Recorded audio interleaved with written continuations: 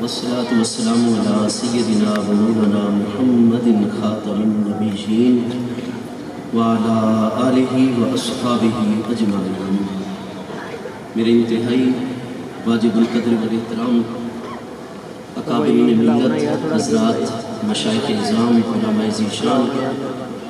بالخصوص فاضل جلیل عالم نبیل حضرت علامہ صاحبزادہ قبلہ حافظ محمد مبشر اقبال جمیل چشتی صاحب دامت برکاتکم العالیہ، انتہائی واجب القدر حضور استاذ العلماء مناظر اسلام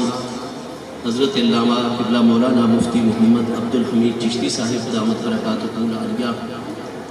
انتہائی واجب القدر حضرت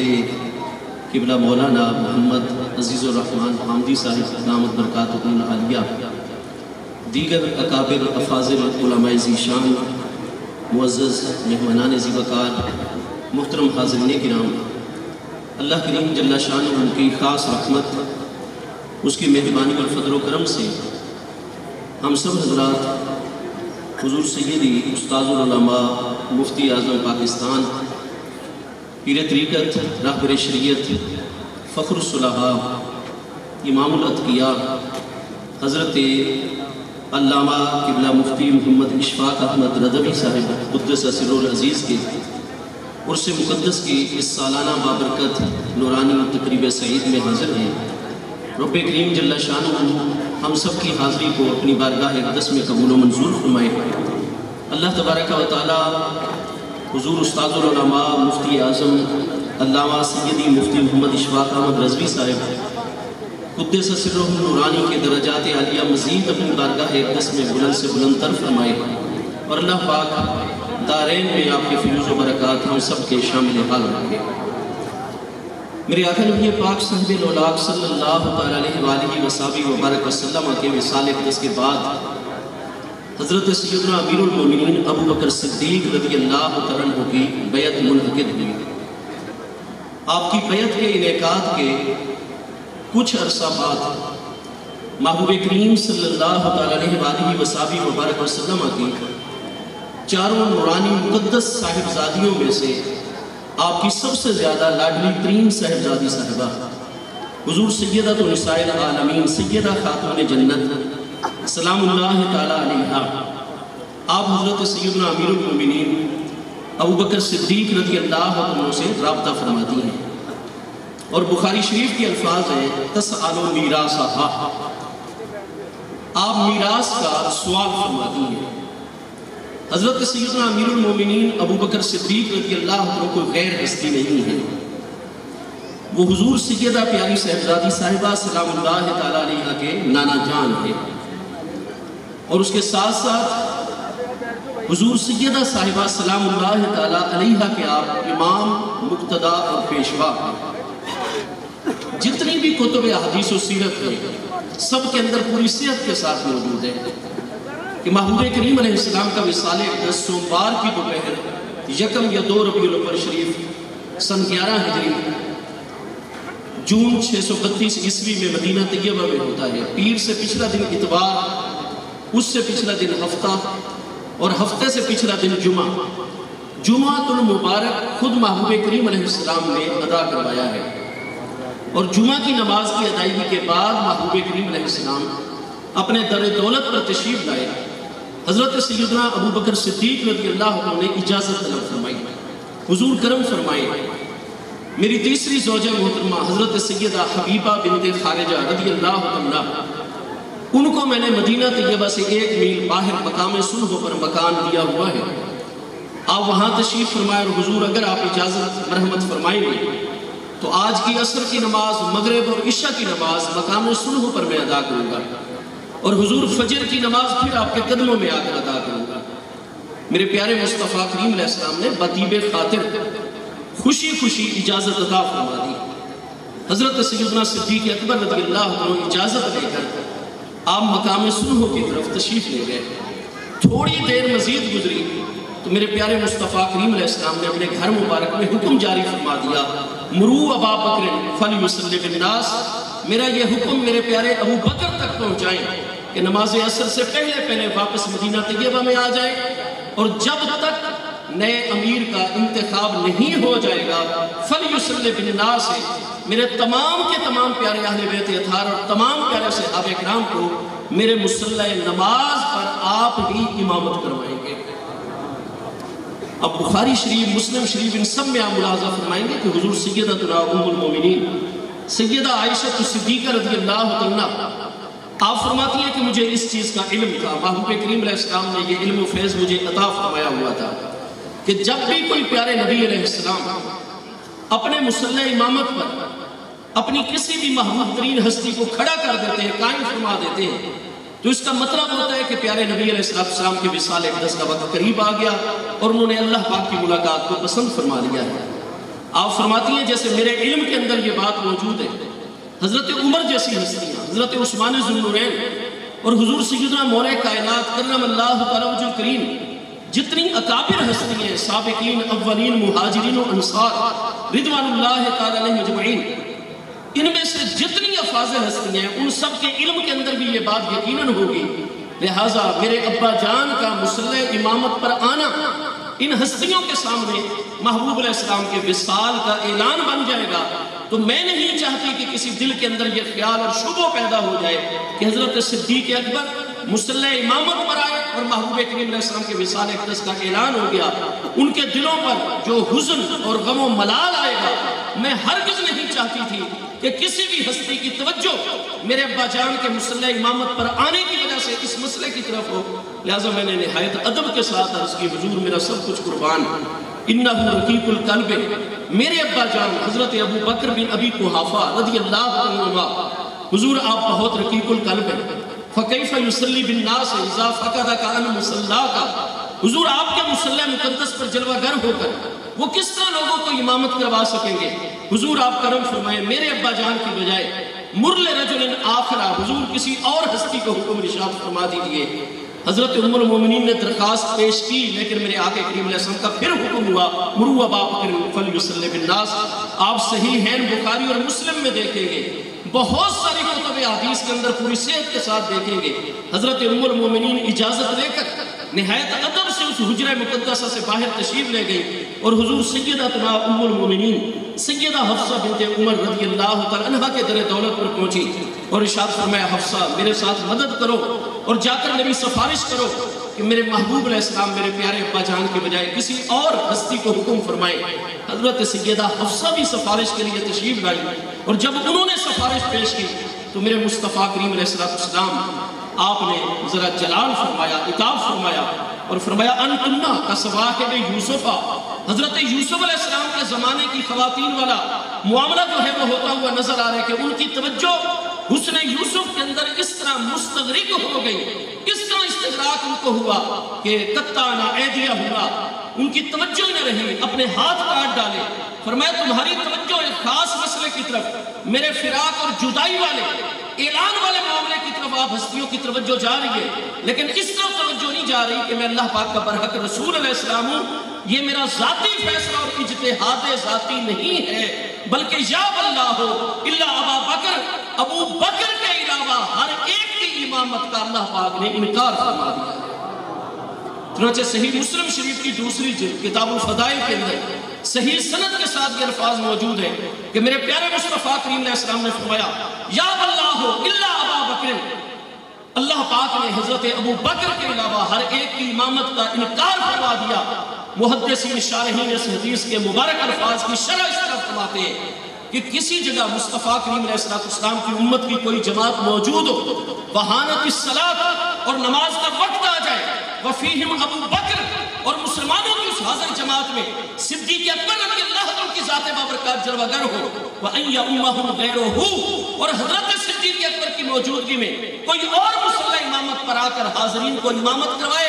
اللہ پاک کو یہ پسند ہی نہیں ہے۔ فرمایا یا اللہ والمؤمنون، نہ اللہ پاک کو یہ پسند ہے، نہ ایمان والوں کا ایمان گوارا کر سکتا ہے کہ ابو بکر صدیق کے ہوتے ہوئے کوئی اور مصلی امامت کے اوپر آ جائے۔ چنانچہ حضرت سیدنا صدیق اکبر رضی اللہ عنہ کی ذات بابرکات کو یہ شرف حاصل ہے کہ جمعے کی عصر، مغرب عشاء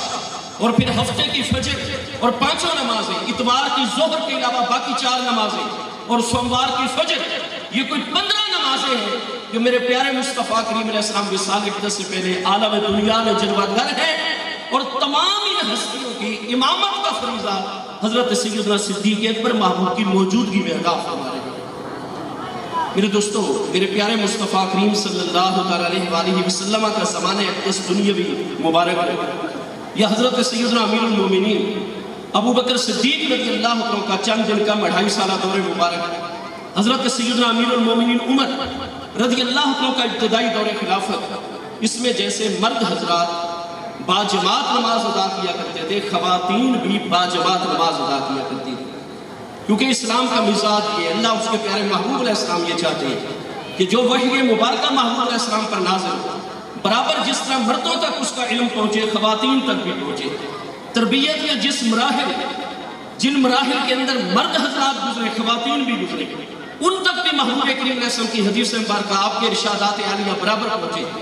خواتین کو اس دور مبارک میں حکم تھا، وہ باجماعت نماز ادا کیا کرتی تھی، 5 نمازیں، آگے مردوں کی صفیں، پھر بچوں کی صفیں، پھر خواتین کی صفیں۔ کسی روایت کے اندر ایسا نہیں ہے کہ میرے پیارے مصطفیٰ کریم علیہ السلام کی ذات بابرکات نے اپنی ازواج مطہرات حضرات امہات المومنین رضی اللہ تعالیٰ عنہ اجمعین یا اپنی مقدس پیاری صاحبزادی صاحبہ سلام اللہ تعالیٰ علیہا، کیونکہ محبوب کریم علیہ السلام کے وصال اقدس کے وقت آپ کی چاروں مقدس صاحبزادیوں میں سے آپ ہی اس وقت عالم دنیا میں جلوہ گر تھے۔ حضور سیدہ رقیہ رضی اللہ تعالیٰ عنہ وسلام اللہ تعالیٰ علیہا، آپ کا وصال 17 رمضان المبارک جمعے کے دن سن 2 ہجری، جس دن فتح بدر ہوتی ہے، عین فتح بدر والے دن آپ کا وصال ہوتا ہے مدینہ طیبہ میں۔ حضرت سیدہ ام کلثوم سلام اللہ تعالیٰ علیہا آپ سن 6 ہجری میں وصال فرما رہی ہیں۔ حضرت سیدہ زینب سلام اللہ تعالیٰ علیہا محبوب علیہ السلام کی سب سے بڑی صاحبزادی صاحبہ سن 8 ہجری میں مدینہ طیبہ میں وصال فرما رہی ہیں۔ تو ایک ہستی سن 2 ہجری میں، ایک صاحبزادی صاحبہ سن 6 ہجری میں، ایک صاحبزادی صاحبہ سن 8 ہجری میں۔ اور آپ حضرات کو یہ بھی میں طالب العلم استادوں کے فیض سے عرض کرتا چلا جاؤں کہ واقعہ مباہلہ جو ہوا ہے وہ سن 10 ہجری کے اندر ہوا ہے۔ یہ کئی ہمارے پیارے بچے، کئی نوجوان سوال اٹھاتے ہیں کہ اگر نبی پاک علیہ السلام کی 1 سے زیادہ صاحبزادیاں تھیں تو مباہلہ کے موقع پر نجران کے عیسائیوں کے مقابلے میں تو صرف حضور سیدہ خاتون جنت سلام اللہ تعالیٰ علیہا کی ذات بابرکات کو جلوہ گر فرمایا گیا۔ اگر اس وقت باقی صاحبزادیاں بھی تھیں، وہ کیوں نہیں جلوہ گر ہوئی؟ تو ہم کہتے ہیں آپ مہربانی فرما کر ذرا سیرت طیبہ پڑھیے، تاریخ اسلامی کو آپ پڑھیے۔ واقعہ مباہلہ کب ہوا ہے؟ کسی ایک محدث کا بھی، ایک سیرت نگار، ایک مورخ کا بھی اس میں کوئی اختلافی نوٹ نہیں ہے، سب کے سب متفق ہے کہ عام الوفود سن 10 ہجری ہے۔ نجران کے عیسائی عبد المسیح اور عاقب کی قیادت میں نجران سے چل کر مدینہ طیبہ سن 10 ہجری عام الوفود میں نبی پاک علیہ السلام کی بارگاہ میں آئے ہیں، اور سن 10 ہجری سے پہلے سن 2 ہجری، 6 ہجری، 8 ہجری میں محبوب کریم علیہ السلام کی 3 مقدس صاحبزادیاں وہ وصال اقدس فرما چکی تھیں۔ یقیناً اگر سن 10 ہجری میں یہ ہستیاں جلوہ گر ہوتی تو چونکہ مباہلے میں یہ اصول ہوتا ہے کہ اپنے اوپر ناحق ہونے کی صورت میں اپنے خلاف، اور ان ہستیاں جو اپنی ذات کا حصہ ہوتی ہیں ان کے خلاف چونکہ نزول عذاب کی دعا کی جاتی ہے، تو اگر وہ ہستیاں اس وقت ہوتی تو یقیناً میدان مباہلہ کے اندر جلوہ گر فرمائی جاتی۔ لیکن تینوں مقدس نورانی صاحبزادیاں رضی اللہ تعالیٰ عنہ اجمعین کا وصال اقدس ہو چکا تھا۔ حضور پیاری صاحبزادی صاحبہ اس وقت جلوہ گر تھی۔ ہمیں کسی روایت کے اندر یہ بات نظر نہیں آتی، کوئی عالم یہ چیز واضح نہیں کرتا کہ محبوب علیہ السلام نے اپنی ازواج مطہرات یا پیاری صاحبزادی صاحبہ کا استثناء فرما دیا کہ باقی تو تمام میرے پیارے غلام بھی اور تمام خواتین مدینہ بھی وہ تمام حضرت صدیق اکبر رضی اللہ عنہ کی اقتداء کریں گی، لیکن پیاری صاحبزادی صاحبہ آپ کی مقتدیہ نہیں بنے گی۔ نہیں، مرو ابا بکر فلیصلی بالناس، تو حضرت صدیق اکبر رضی اللہ عنہ کی ذات بابرکات جس طریقے حضرت سیدنا عمر، سیدنا عثمان، حضور سیدنا مولا کائنات سیدنا عباس بن عبد المطلب ہاشمی اور اکابر صحابہ کرام رضوان اللہ تعالیٰ اجمعین کے امام ہیں، اسی طریقے سے حضرت سیدنا صدیق اکبر رضی اللہ عنہ پیاری صاحبزادی صاحبہ کے بھی امام ہیں، اور وہ 15 نمازیں مصطفیٰ علیہ السلام کی جلوہ گری میں اللہ کی بارگاہ میں اور ان ہستیوں کے درمیان جو واسطہ فیض مصلی پر جلوہ گر ہستی ہیں اور نماز جیسی سب سے بڑی عبادت اور نماز جیسی اللہ پاک کی بارگاہ کی سب سے بڑی حاضری میں جو وسیلہ اور واسطہ بنے ہوئے ہیں وہ حضرت سیدنا امیر المومنین ابو بکر صدیق کی ذات بابرکات ہے۔ اس لیے حضرت سیدنا امیر المومنین ابو بکر صدیق رضی اللہ عنہ کے ساتھ پیاری صاحبزادی صاحبہ سلام اللہ تعالیٰ علیہ کہ جہاں اور بہت سارے محبت والے معاملات ہیں، ان میں یہ بھی ہے کہ آپ دوہتی ہیں، نواسی ہیں حضرت سیدنا صدیق اکبر رضی اللہ عنہ کی، محبوب کریم علیہ السلام کی سب سے محبوب ترین ہستی حضرت صدیق اکبر اور حضرت پیاری صاحبزادی صاحبہ کے آپ محبوب علیہ السلام کی موجودگی میں امام پیشوا اور مقتدا ہے، آپ رابطہ فرماتی ہیں۔ یہاں سب سے پہلا بنیادی سوال جو پیدا ہوتا ہے، کیا پیاری صاحبزادی صاحبہ کو ان دنوں کوئی مالی مشکلات کا سامنا تھا جس کی وجہ سے پیاری صاحبزادی صاحبہ نے حضرت صدیق اکبر رضی اللہ عنہ سے رجوع فرمایا کہ امیر المومنین، اس وقت امیر المومنین کی ٹرمنالوجی نہیں تھی، اصطلاح نہیں تھی، خلیفۃ الرسول علیہ السلام کے لفظ تھے۔ حضرت عمر کے دور سے حضرت مغیرہ بن شعبہ رضی اللہ عنہ نے سب سے پہلے امیر المومنین کا لفظ استعمال فرمایا، اے میرے محبوب علیہ السلام کے پیارے خلیفہ، آپ مجھے میراث میں سے حصہ عطا فرمائیے جو میرا بنتا ہے۔ لیکن سوال یہ ہے کہ کیا آپ کو کوئی مالی تنگی تھی، مالی دشواری تھی؟ اس حوالے سے جمہور اہل اسلام، اہل تسنن، اہل سنت و جماعت کی کتابوں میں تو مضامین بالکل واضح موجود ہیں۔ اگر آپ علماء اہل تشیع کے ہاں جائیں گے تو حدیث اور روایت اور فقہ کی جو اہل تشیع علماء کی سب سے معتبر ترین کتابیں وہ 4 کتابیں ہیں جن کو علماء اہل تشیع میں صحائح اربع کہا جاتا ہے۔ جیسے اہل سنت و جماعت میں صحائح 6 ہے، 6 کتابیں ہیں، سب سے زیادہ معروف۔ اسی طرح علماء اہل تشیع میں صحائح اربع ہے، اصول کافی ہے، ملا جہزرہ الفقیہ ہے، الاستبصار ہے، تہذیب الاحکام ہے۔ کتابیں اس وقت بھی اصل یہ چاروں کی چاروں میرے پاس موجود ہیں سفر میں بھی، لیکن میں نے آپ حضرات کی خاطر یہ فوٹو کاپی بھی کروائی ہے متعلقہ مقامات کی، آپ میں سے جو بھی چاہیں کہ کاغذ بعد میں اسے لے سکتا ہے۔ الفروع من الکافی یہ کن کی لکھی ہوئی ہے؟ جن کی اصول کافی لکھی ہوئی ہے علامہ محمد بن یعقوب رازی کلینی جو 329 ہجری میں وفات پا رہے علماء اہل تشیع امام میں سے۔ فروع کافی کی جلد نمبر 7 ہے، کتاب الوصایا ہے، اور یہ ایران کا ایڈیشن ہے جس کا صفحہ نمبر 1008 ہے۔ اس پر واضح طور پر یہ حدیث نمبر 13-2-12 جو ہے وہ موجود ہے۔ یہ حدیث علی بن ابراہیم اپنے باپ سے روایت کر رہے ہیں، وہ ابن ابی عمیر سے روایت کر رہے ہیں، وہ حماد بن عثمان سے، اور وہ ابی بصیر سے روایت کر رہے ہیں۔ قال ابو عبداللہ علیہ السلام، ابو بصیر ایک شیعہ محدث کہتے ہیں کہ میں چونکہ شاگرد ہوں حضرت ابو عبداللہ امام الائمہ سیدنا امام جعفر الصادق رضی اللہ عنہ کی ذات بابرکات، میں ایک دن آپ کی خدمت میں حاضر ہوا، آپ نے مجھے ارشاد فرمایا الا اقرئک وصیت فاطمہ علیہ السلام، اے میرے شاگرد میرے عزیز ابو بصیر، کیا میں تجھے اپنی دادی جان حضرت سیدہ خاتون جنت سلام اللہ تعالیٰ علیہ کے اسم گرامی لیا ان کی وصیت نہ پڑھواؤں؟ قل تو بلا، میں نے عرض کی حضور ضرور کرم فرمائیے۔ قال فاخرج الی صحیفۃ، آپ نے میرے سامنے ایک صحیفہ، ایک تحریر جو ہے وہ نکالی، حضرت امام الائمہ امام جعفر الصادق رضی اللہ عنہ کی ذات بابرکات نے فرمایا، اس پر عنوان تھا ھذا ما عہدت فاطمہ بنت محمد صلی اللہ علیہ وآلہ وسلم فی مالہا الی علی بن ابی طالب علیہ السلام، کہ یہ وہ عہد ہے جو تحریر کروایا ہے محبوب کریم علیہ السلام کی پیاری صاحبزادی صاحبہ نے، کس چیز کے متعلق؟ فی مالہا، اپنے مال کے متعلق، اور کن کے نام یہ عہد اور وصیت لکھوائی ہے؟ حضرت سیدنا مولا کائنات کرم اللہ تعالیٰ وجل کریم کے نام۔ وَإِن مَاتَ فَإِلَى الْحَسَنِ، سیدنا مولا مرتضیٰ جب وصال فرما جائے تو یہ وصیت لوٹ جائے گی حضرت امام حسن مجتبی رضی اللہ عنہ کی طرف۔ وَإِن مَاتَ، جب ان کا وصال ہوا، إِلَى الْحُسَيْنِ، حضرت سیدنا امام علی مقام امام حسین رضی اللہ عنہ کی طرف۔ فَإِن مَاتَ الْحُسَيْنُ،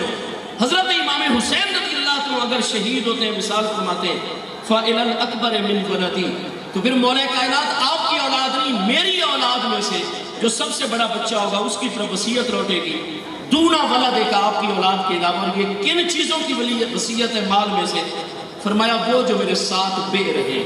7 آبار، 7 کنویں ہیں، جن کو ہمارے سرائکی علاقوں میں کھو کہا جاتا ہے، اور آپ جانتے ہیں کہ جب لفظ کھو بولا جاتا ہے سرائکی کے اندر، فارسی کے اندر چہ کا لفظ بولا جاتا ہے، عربی میں بیر، تو اس کے تحت کتنی ساری زرعی آباد زمینیں ہوتی ہیں جو کہ سیراب کی جاتی ہیں، ان کو اس کنویں کا، نہر کا، چشمے کا پانی پلایا جاتا ہے،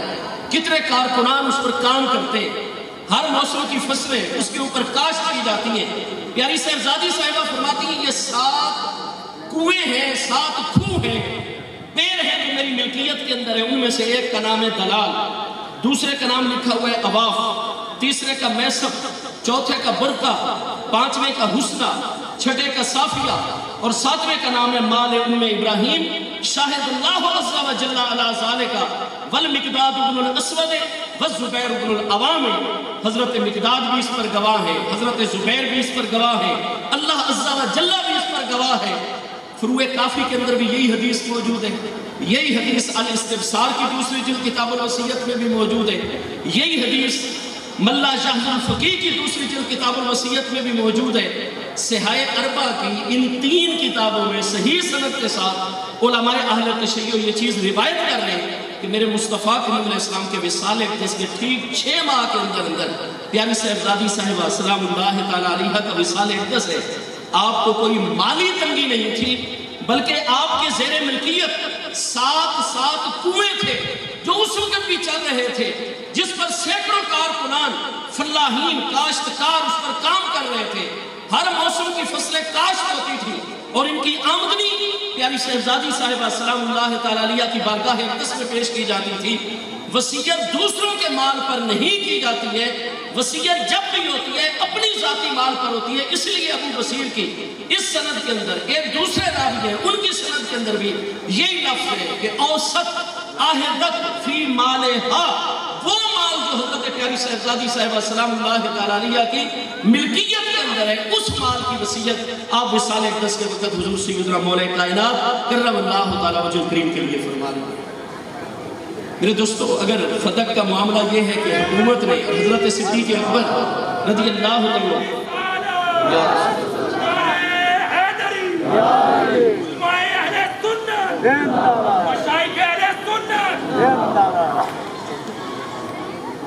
خوش آمدید،